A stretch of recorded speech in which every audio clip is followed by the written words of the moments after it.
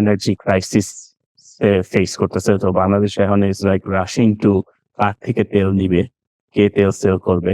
আর weirdest মানে most shocking part হচ্ছে কি যে Bangladesh also is thinking about K loan দিবে তেল কেনার জন্য বা জ্বালানি আচ্ছা, কেনার আচ্ছা। জন্য। So এটা লোন খুঁজতে হচ্ছে কেন? মানে জ্বালানি তেলের দাম বেড়ে যাওয়ার কারণে বাড়তি যে খরচ হবে সেটার জন্য লোন খুঁজতে হচ্ছে, তাই তো?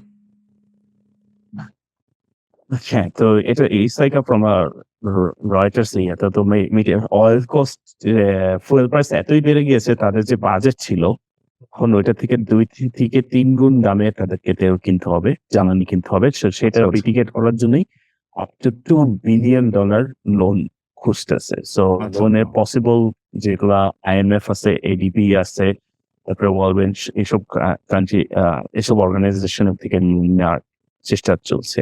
আচ্ছা, অলরেডি আচ্ছা। প্রপোজাল দিয়েছে but it looks kind of bad right now.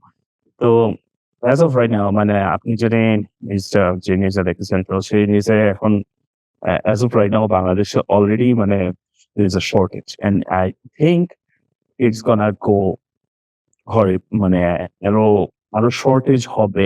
Price তো অলরেডি বেড়েই গেছে।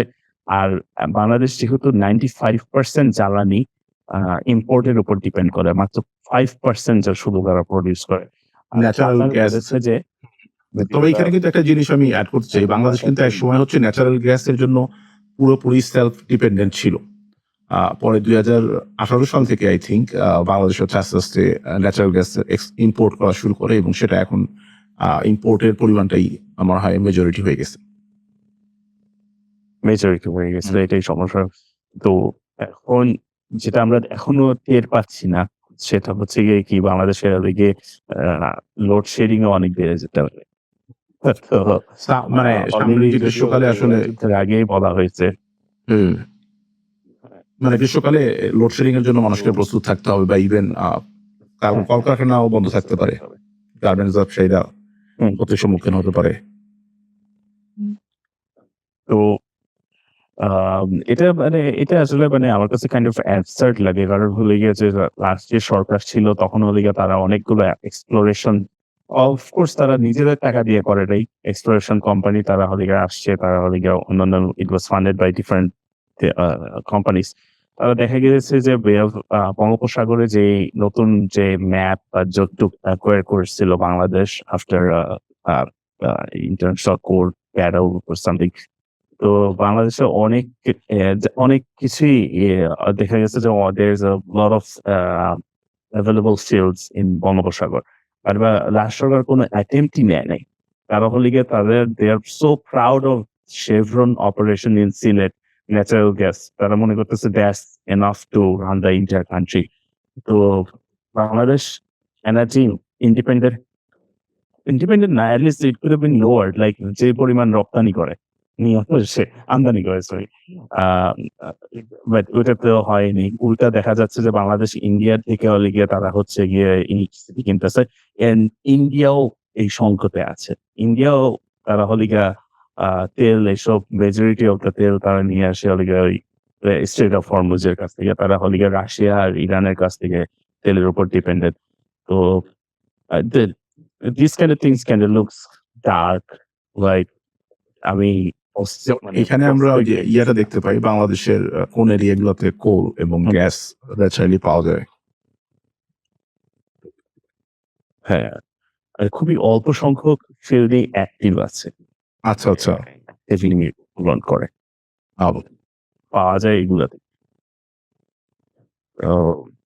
তো এখন যেমন এই প্রসঙ্গে অবশ্যই যুদ্ধের কথা বলতে হয়। যুদ্ধের কথা তো কিছুটা যুদ্ধ আসলে কতদিন চলতে পারে বা কোন দিকে শীঘ্রই গিয়ে থামার সম্ভাবনা আছে কিনা বা শীঘ্রই থামলেও আসলে এই ধরনের এনার্জি ক্রাইসিস কি বন্ধ হবে কিনা বা এনার্জি ক্রাইসিস কি আসলে শুরুই হয় নাই নাকি বা হলেও দাম কি আসলে সামনে আর পারবে না যুদ্ধ যদি সামনেই বন্ধ হয়ে যায়।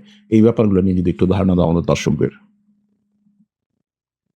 হ্যাঁ, আমরা আগের এপিসোডে অনেক কিছু ডিসকাস করেছিলাম। তো we're gonna go over it again. আমরা এখন যেই সাপ্লাই এ চলতেছি, যে দাম দিয়ে অয়েল কিনেছি, ফুয়েল জ্বালানি কিনেছি সেটা হলে গিয়ে যুদ্ধের প্রাইস বা যুদ্ধের আগের সাপ্লাই।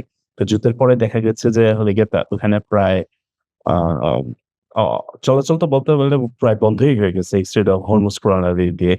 আর আরেকটা জিনিস আমি যেটা লাস্ট এপিসোডে বলেছিলাম, তখনই যদি যুদ্ধ বন্ধ হয়ে যেত, এট লিস্ট ৬ মাস সময় লাগতো। বাট এখন দেখা যাচ্ছে যে কাতার বলছে যে তাদের ৫ বছর সময় লাগবে to go back to original production. Hmm, hmm. আর আজকের নিউজ অনুযায়ী they are very clear about it যে তারা এখন থেকে শুধু জাহাজ বা এগুলোই বন্ধ করবে না। তারা অ্যাক্টিভলি এনার্জি সেক্টরে অ্যাটাক করা শুরু করবে। ২ সাইডই এরকম কথা বলছে। তো আচ্ছা, ইফ আচ্ছা। This goes on long term plan অনুযায়ী আই হ্যাভ নো আইডিয়া যে IMF এর থেকে যদি $২ বিলিয়ন লোন নিয়ে যদি এক্সট্রা কস্ট মিটিগেট করতে হয়, that's not the proper solution. This is the solution Titumir যে প্রাইম মিনিস্টারের যে অ্যাডভাইজার আছে, উনি বলছেন এটা নাকি দে আর গোনা ট্রাই ফর দ্যাট। বাট আমি এটার কোনো পসিবল সলিউশন কস্ট মিটিগেশন দিয়ে আসলে হবে না। যে আমরা যেমন এখানে আম স্ট্রেইট অফ হরমুজের একটা লাইভ ম্যাপ দেখতে পাই যেখানে হচ্ছে দেখা যাচ্ছে এই অংশটা হচ্ছে স্ট্রেইট অফ হরমুজ। আম তার ২ পাশেই জাহাজ। এখন অনেকে বলতেছে যে আজকে আসলে জাহাজ অ্যাক্টিভিটি বাড়ছে। ইরানের একটা ইয়ের পরে যে তারা কিছু জাহাজকে যেতে দিবে। এরকম একটা ঘোষণা দেওয়ার পরে বা আমেরিকান সরকারেরও হুম, একটা চাপ ছিল যে তারা যদি শীঘ্রই এই জাহাজ খুলে দেওয়া হরমুজ প্রণালী তে জাহাজ চলাচল খুলে দেওয়ার ব্যবস্থা না করে, তাহলে তাদের উপর বড় ধরনের চাপ পড়তে যাচ্ছে। হুম, আ তো ২ দেশই মোটামুটি কিছুটা ইনডিরেক্টলি হয়তো ইয়ে করছে যে সবাই আসলে মনে হয় জাহাজ-টাহাজ সামনেই মুভমেন্ট শুরু হওয়ার একটা সম্ভাবনা আছে। কিন্তু তুমি যেটা বললা যে শুরু হইলেও আম এটা আসলে লং টার্ম এ যে এনার্জি ইমপ্যাক্ট ফেলার সেটা অলরেডি তার কিছু অংশ হুম, ফেলে দিয়েছে। আর যত আ দীর্ঘায়িত হবে তত মনে হয় এই এনার্জি ইমপ্যাক্ট আরো বাড়বে। হ্যাঁ।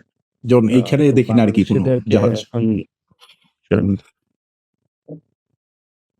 এখন তুমি এখন বলছিলে যেটা বাংলাদেশ থেকে। ওকে আচ্ছা। আর হলো গিয়ে ইরান ক্লিয়ারলি হলো গিয়ে ওয়ার্নিং দিয়েছে। আজকের ওই নিউজগুলোর পরেই ওয়ার্নিং দিয়েছে they are gonna target the water water supply এর যে ইয়েগুলো আছে GCC তে গালফ কান্ট্রি গুলোতে এবং তাদের এনার্জি সেক্টরে হিট করবে।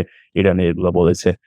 আ কারণ হলো গিয়ে তাদেরকে যখন বলা হয়েছে যে তাদের পাওয়ার প্ল্যান্ট এগুলোকে টার্গেট করা হবে, তারাও পাল্টা জবাব দিয়েছে।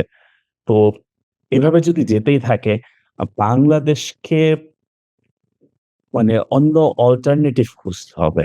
Could আচ্ছা, it be আচ্ছা। Russia? Maybe. Indonesia is also a big oil supplier but তারা নিজেরাই ওইভাবে এনার্জি ইন্ডিপেন্ডেন্ট না। দেখা যাচ্ছে যে মালয়েশিয়াও একসময় এনার্জি ইন্ডিপেন্ডেন্ট হিসেবে টার্গেট ক্লেইম করলেও তারাও ৫০% অয়েল নাকি ওই স্ট্রেইট অফ হরমুজ প্রণালী দিয়ে তাদের ওই অয়েলটা আসে। তো আম আমি ওহ আম আমি হোপফুল না মানে কি how they are going to mitigate it and এখনকার জন্য পসিবল যে সলিউশন হতে পারে এখন যে ঈদের সময়টা যাচ্ছে তো what could be a possible situation of course education মানে স্কুল কলেজ বন্ধ করে পোলাপাইনরে বাসায় রাখলে এটা this is never gonna be a good thing আমার মনে হয় আবার যদি অনলাইন ক্লাসে চলে যায় তো this is one good thing one এটা তো আমরা যেগুলো অলরেডি নন কিছু রাষ্ট্রে এসেনশিয়াল দেখলাম যে যেগুলো তারা এটা শুরু করছে হুম, এবং আম হ্যাঁ। আর ইউরোপীয় অনেক ইউনিয়ন বা এরকম রাষ্ট্রে কোনো একটা সংস্থা ৩ থেকে তারাও থেকে একটা প্রস্তাব দিচ্ছিল সিমিলার। হ্যাঁ, অনেক এশিয়ান কান্ট্রি এখন ৪ দিন কাজ করবে। তারা ৫ আচ্ছা, আচ্ছা। দিনের 5 ডেজ ওয়ার্ক উইক এর থেকে ৪ দিন বানিয়েছে। অনেকে আবার ৩ দিন করার চিন্তা করতেছে। আবার অনেকে আবার বলতেছে আবার ওই করোনা প্যান্ডেমিক এর টাইমের মতো ওয়ার্ক ফ্রম হোম ও চালু করে দিবে। হুম। কারণ it's gonna save them a lot of money on the fuel কারণ এটা নরমাল এই বছরে এটা বলতে গেলে নরমাল হবে না। বাট তো লোনের চাপ নেওয়াটা there's gonna be বাংলাদেশ সরকারকেও সেক্ষেত্রে মনে হয় যে এই ধরনের কিছু প্রস্তুতি বা কিছু ব্যাপার-স্যাপার মাথায় নিয়ে রাখতে হবে। তারা যদিও আমরা যেটা দেখলাম যে আর্থিকভাবে এবং নতুন অন্য কোনো সোর্স থেকে তেল পাওয়া যায় কিনা এই ব্যাপারগুলো নিয়ে যেমন কাজ করছে, সেই জায়গা থেকে এই ধরনের এই স স স বর্তমানের যে সংকট, এই সংকটময় পরিস্থিতি যেন পড়তে না হয়, এই ব্যাপারেও মনে হয় বাংলাদেশ সরকার তাহলে কাজ করার জায়গা আছে। হুম, তো সবাইকে ওভাবে একটু প্রিপেয়ার থাকতে হবে। Things can actually get worse for our country. So that will be it for just an update on the energy situation in Bangladesh. আর basic as we get more updates আমরা আরো আপডেট দিব আমাদের সাথেই থাকবেন thank you for watching thank you